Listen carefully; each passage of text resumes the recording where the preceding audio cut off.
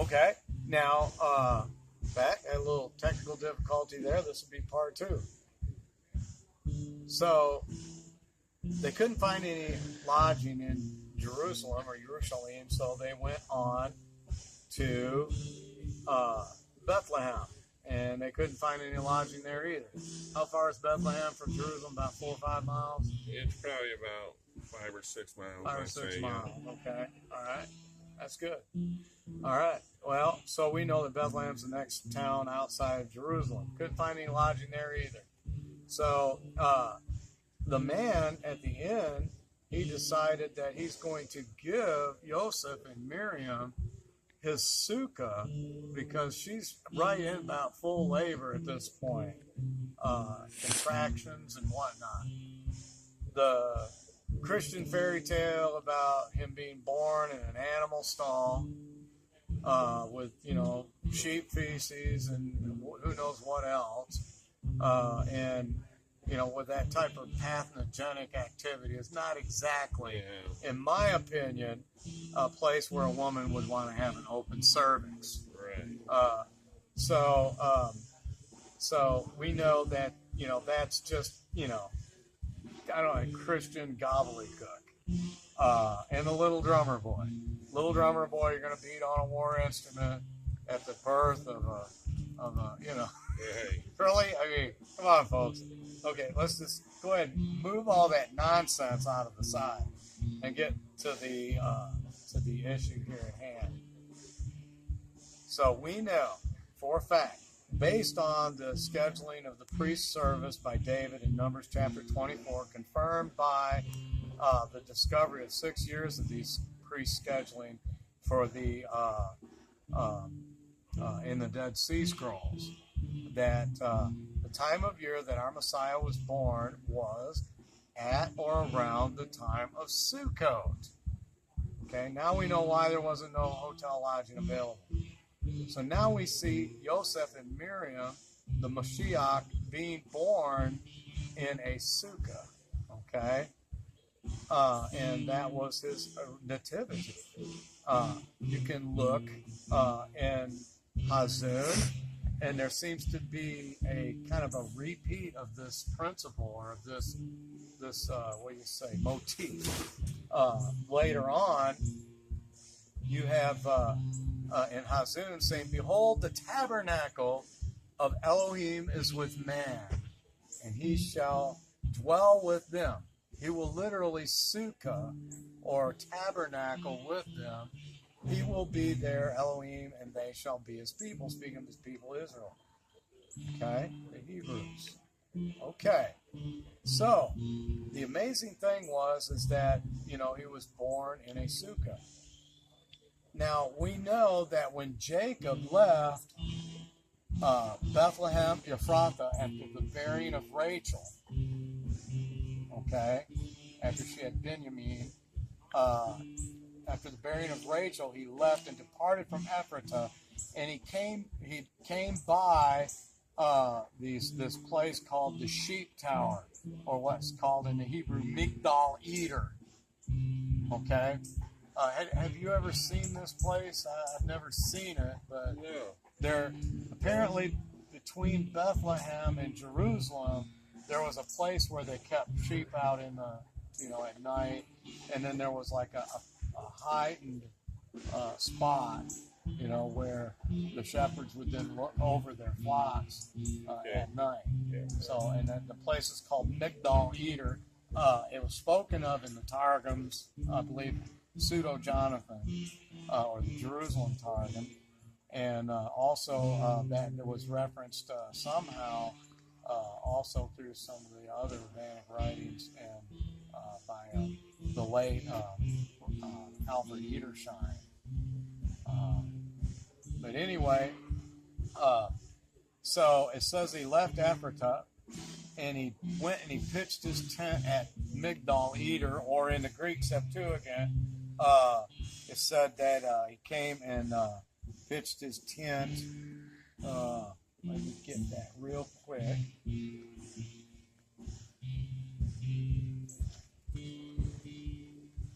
Okay, let's read that. Jacob removed from Bethel and pitched his tent beyond the Tower of Geder. Well, that's how it's spoken in the Greek.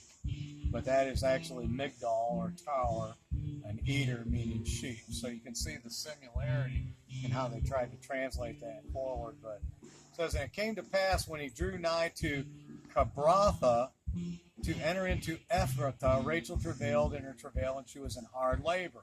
And it came to pass in her hard labor that the midwife said to her, be of good courage, for thou shalt also have a son, this son. It came to pass her giving up the ghost, for she was dying, that she called his name the son of my pain, but his father called his name Benjamin, meaning child of joy or whatever. So Rachel died and was buried in the way of the course of Ephrathah. This is Bethlehem, okay? So, and then it says, and Jacob set up a pillar on her tomb. This is the pillar on the tomb of Rachel unto this day.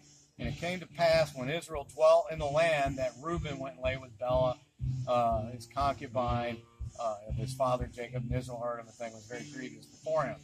Okay, so we got this whole thing happening right now. So, coming fast forward to the birth of the Messiah. Okay, we know that there was no room at the inn, and it doesn't necessarily say this inn was in Bethlehem proper, but this may have been like a way station or something between the two locales, Jerusalem and Bethel, which just so happened to be where the same exact spot where Jacob passed through and pitched his tent, his tabernacle, in the same place between Ephrathah and Jerusalem. And so anyway, Joseph and Miriam are in this sukkah. And the interesting thing is according to the account in the book of Luke, the book of Matthew, the shepherds were out there watching their flocks over the nighttime, and when this birth occurred. And it was in the site of the same tower or whatever that Jacob was by. So anyway, moving forward, it's interesting that Jacob, or that the Messiah, Jesus, Yeshua HaMashiach, was born there. It almost seems like Jacob was kind of aping out prophetic things for down the road. His wife giving birth, of course, she dies, but the importance is that a son is born. He's called the son of happiness, or the son of joy. So anyway, the most interesting thing about this is that there was a rabbinical ban on the raising of livestock at this time. And you can read about this in the Talmud. And there was a rabbinical ban that was raising any kind of livestock, any animal, anywhere near Jerusalem proper. They were banned to the outmost wilderness areas, which that would even be beyond Bethlehem. Okay, because they didn't want somebody tracking a piece of chicken poop or something like that into the temple courtyard, because it was a Kadash place. It was a set-apart place. So animal husbandry was off limits.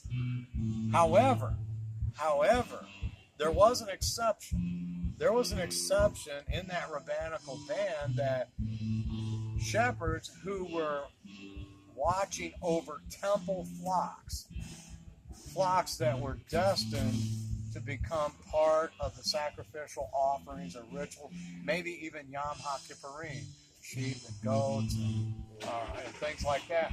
They were able to watch nearby, but these shepherds were trained specifically by the priest on how to oversee their flocks, how to condition them, how to care for them, okay? So that ultimately when these flocks were destined to come to the temple, they would be without spot, wrinkle, blemish, or any such thing.